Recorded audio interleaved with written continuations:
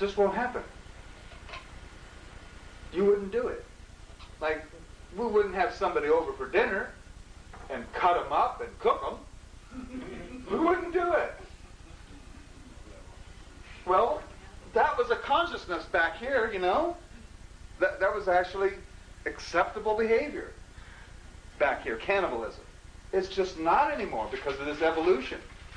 And that the whole idea of having power over somebody else is going to be as abhorrent as having them over for dinner and cooking them.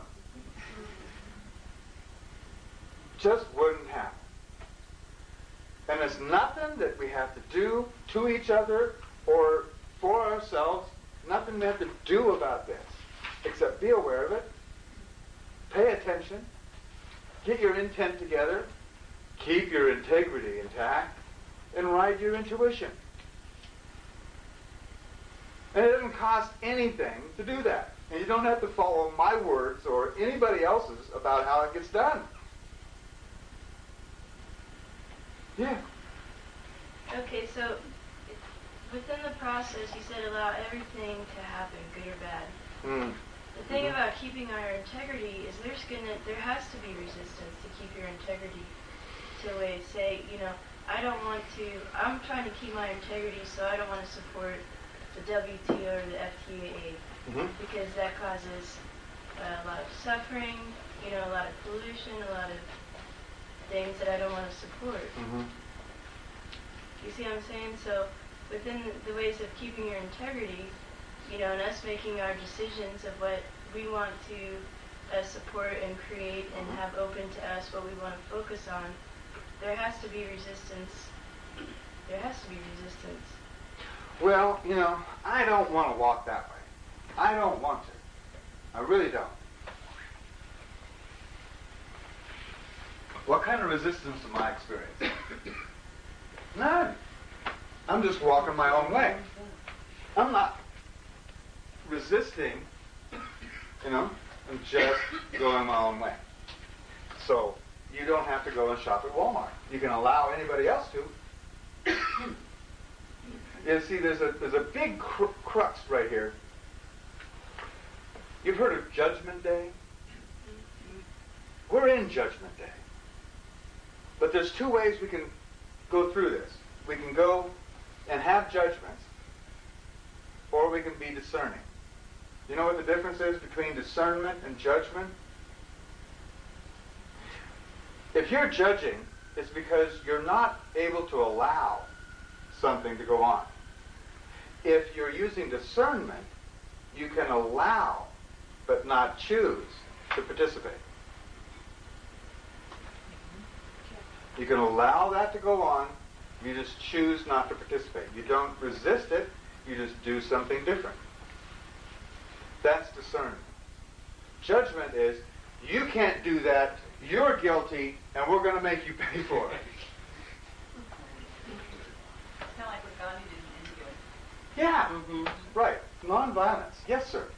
Oh, I was just thinking about her question, and I think that what she's trying to say is that, are you saying that if you're opposed to something, or you see something going on, you should just turn the other cheek and allow and let it be? Yeah.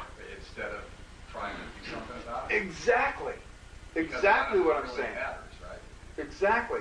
Like, you're going to see, we don't have to put up the resistance. There's going to be millions and millions of people willing to lay their lives down on the line to resist what's coming. They'll go ahead and do that. Allow them to do that. They're creating their own experience. You're not responsible to them.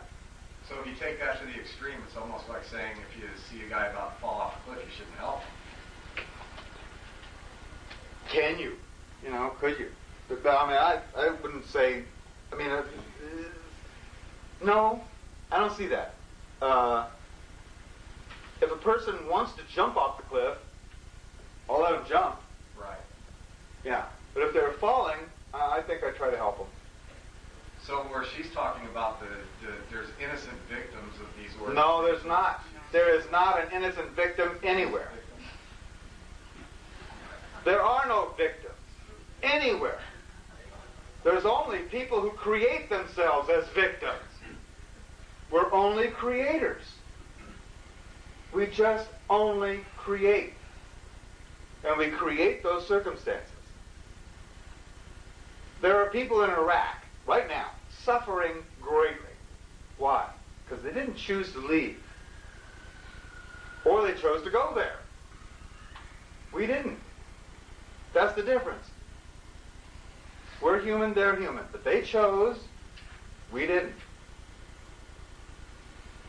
All those people who went in the military thinking they were going to go and defend democracy or stay out of jail. Some of them were doing that. Or get a college pension. You know, that's why they went. They made the choice. And they created that circumstance. It's the same with every one of us everywhere. Sorry, but there are no victims. And there's certainly no innocent victims. Well, okay, I'm just trying to get to the crux of this philosophy, so that my question after that is, okay, but there's no innocent human victims. So let's take the slaughter that happens to the animals in the ocean, the dolphins, the whales. Okay, so you're saying that there's no point or reason for resisting that, for going up and trying to stop it from happening? No. There's no point in it? No point at all. Okay. First of all, everything, you know, there has been a lot of change in the universe. On this planet, what we experience as the flora and fauna on this planet right now is 1% of what has been here and gone extinct. 99% of everything that's been created on this planet as life form has already gone extinct. So what's new? It's happening faster. That's all. Does that help you to solidify what he's saying? Well, you know, I don't know. You know, I think that you know, you're right. We only have control over what we do. That's the reality of it. You know. But I think that I learn from people who talk about these things. You know, I learn from people that go and do these things and go and try and make an effort to make things right. You know, and I learned in my own life, and I think that that's very valuable. You know, and that the actions of those people trying to keep things healthy really does a lot. It's like throwing a pebble in the pond and that ripple going out and out. Sharing what you know is your duty. The ancestors, all of the ancestors, have passed forward what they knew, including your DNA. That's a knowledge on this consciousness of stimulus response. Your DNA is a knowledge, a library, a base that was passed forward. What you know is extremely important to pass on. But that doesn't mean you have to resist what other people are doing or participate in. Does that clarify that a little bit more? That's why I'm out here. I mean, if I didn't care, I wouldn't be traipsing all over talking about what I know. Right. For not my benefit so well, yeah, it's my benefit. I don't want to be alone knowing this. You know, I'd like to have lots of people to share it with and grow from that. Yes? Yeah, I think an example of what you're trying to share would be like a company that's unethical, that takes advantage of other people, and people get upset about it, but instead of just sitting there and protesting or marching in front of that company's building every day, someone might choose to start a new company that does have ethics, that does care about how the exposed. Yeah.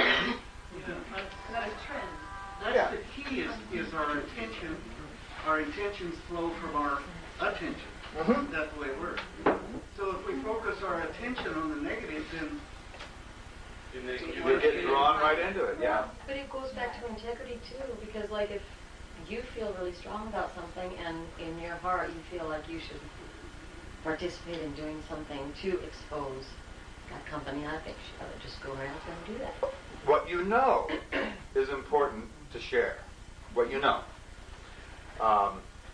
Doing active resistance against things is not going to be healthy at all.